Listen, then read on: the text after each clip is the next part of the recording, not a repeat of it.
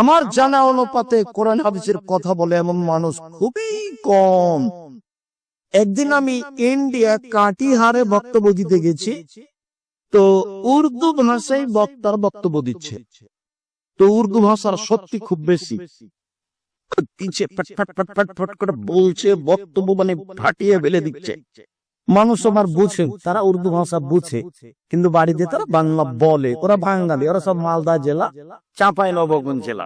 11টার সময় মাঠে গেছি বক্তব্যের মঞ্চে, গিয়ে সালাম দিয়ে একটু করে বলছে, আচ্ছা ভাইয়া, আমি সন্ধ্যে 7টায় এসেছি এখানে, দিয়ে কান লাগিয়ে আছে, দেখি বক্তা কি বলে। তো 7টা থেকে 11টা পর্যন্ত আমি কোনো বক্তব্য বুঝতে পারিনি বক্তা কি বললেন। তো আপনারা কি পেরেছেন?